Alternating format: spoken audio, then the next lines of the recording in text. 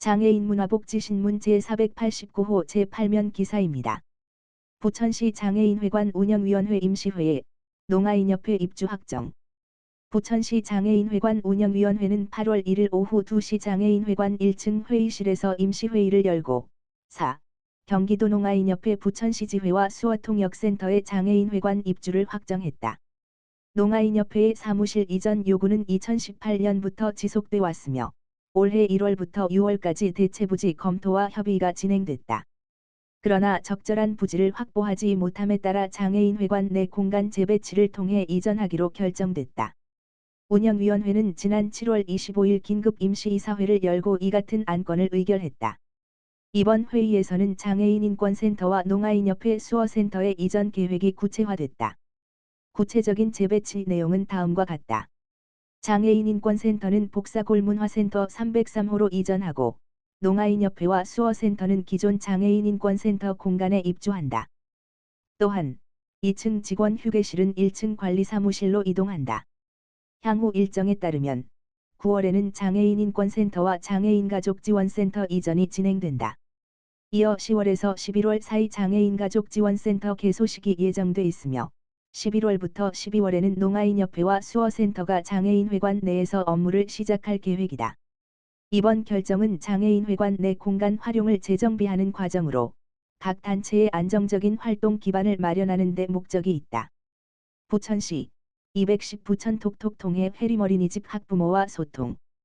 부천시는 지난 25일 210 부천 톡톡 청사 견학 프로그램을 통해 해림어린이집 학부모와 소통하는 자리를 마련했다. 해림어린이집은 부천시 유일의 장애아 전문 어린이집으로 1997년 설립 이후 28년간 장애 영유아의 조기 발견과 사회 적응을 지원하는 보육 서비스를 제공해왔다. 이날 참석자들은 산소정원, 부천 유네스코 문학창의도시 홍보관, CCTV 관제센터 등 주요 시설을 견학했다. 특히 시민 안전을 담당하는 CCTV 관제센터에 큰 관심을 보이며 다양한 질문을 주고받았다. 이어진 소통 시간에서는 장애아 전문 어린이집 운영에 대한 체감과 학부모로서 겪는 현실적인 어려움, 시 지원 사업의 실효성 등 다양한 의견이 오갔다. 아울러 장애아동의 통학권과 보육권 확대 등과 관련한 제안도 이어졌다. 조용익 부천시장은 장애아동 양육의 어려움은 부모만의 문제가 아니라 사회 전체가 함께 풀어야 할 과제라며 부천시는 장애아 전문 보육시설에 대한 지속적인 관심을 바탕으로 아이들이 지역사회에서 함께 성장할 수 있도록 정책적 노력을 계속하겠다고 말했다. 부천시는 앞으로도 장애아동과 그 가족의 목소리에 귀 기울이며 실효성 있는 지원 정책을 마련해 나갈 계획이다. 부천시 2025년 하반기 지역사회 서비스 투자사업 이용자 모집. 부천시는 8월 4일부터 8일까지 2025년 하반기 지역사회 서비스 투자사업 이용자를 모집한다.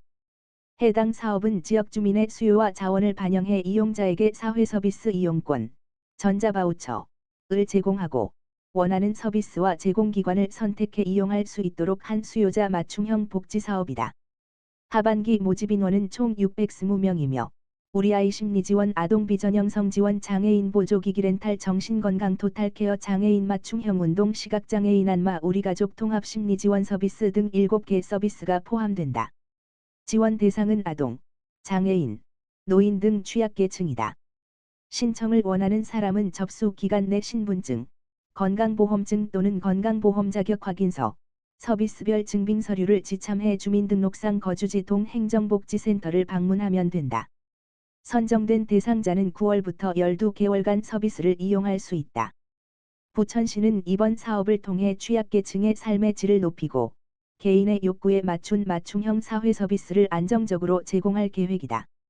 앞으로도 복지 사각지대 해소와 주민 중심 복지 실현을 위한 다양한 서비스를 모색해 나갈 방침이다.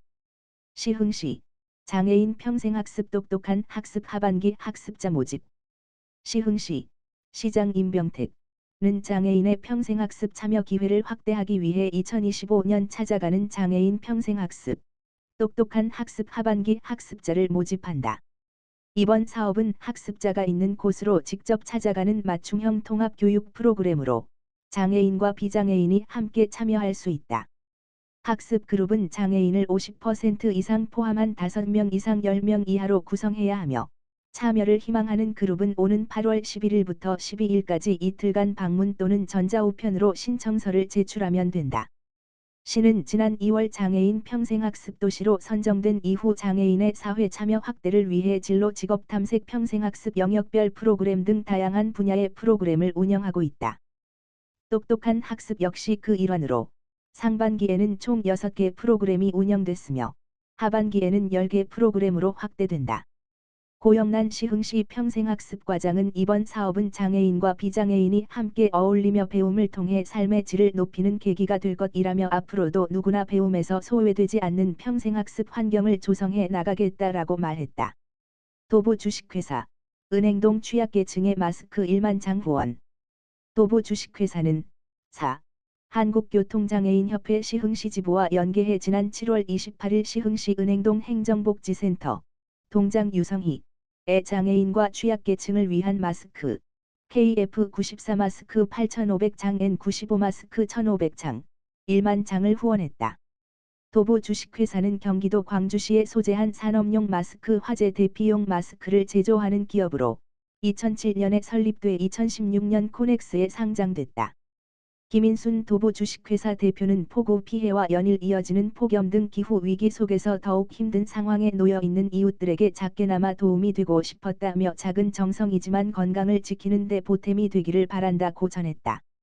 유성희 은행동 동장은 어려운 시기일수록 나눔이 더욱 빛나는 법이라며 도보 주식회사와 한국교통장애인협회 시흥시 지부의 따뜻한 마음에 깊이 감사드린다. 후원 물품은 꼭 필요한 분들께 정성껏 전달하겠다라고 말했다. 이날 기탁된 마스크는 은행동 관내 장애인과 요양시설 등 복지 사각지대에 놓인 이웃들에게 우선 배부될 예정이다. 도보 주식회사와 한국교통장애인협회 시흥시 지부는 앞으로도 지역사회 나눔 실천을 위한 다양한 후원 활동을 이어갈 계획이다. 장혜영 부천시 의원 발달장애인 스포츠 대회 참석. 부천시의회 재정문화위원장 장혜영 의원 더불어민주당 비례대표 은 지난 7월 19일 토요일 사회적 기업 레츠 대표 윤성수 에서 주최한 2025 부천 사회적 기업 협의 회장배 발달장애인 탁구대회에 참석하여 선수들과 가족들 그리고 사회적 경제 관계자들과 뜻깊은 시간을 함께했다. 이번 대회는 부천 사회적 기업 협의회의 2025년 자체 공모사업으로 선정되어 마련된 행사로 발달장애 청소년과 청년들이 갈고 닦은 실력을 마음껏 발휘하고 스포츠를 통해 자신감을 키울 수 있도록 기획되었다. 동시에 시민들에게는 지역 사회적 기업들의 활동을 소개하고 연대의 가치를 되새기는 의미 있는 행사였다. 이날 행사에는 지역사회의 다양한 인사들이 참석한 가운데 선수들은 진지하면서도 즐겁게 경기를 치렀으며 사회적 기업 레츠 실무진과 자원봉사자들의 꼼꼼한 준비와 운영 덕분에 행사는 안전하고 활기차게 진행되었다.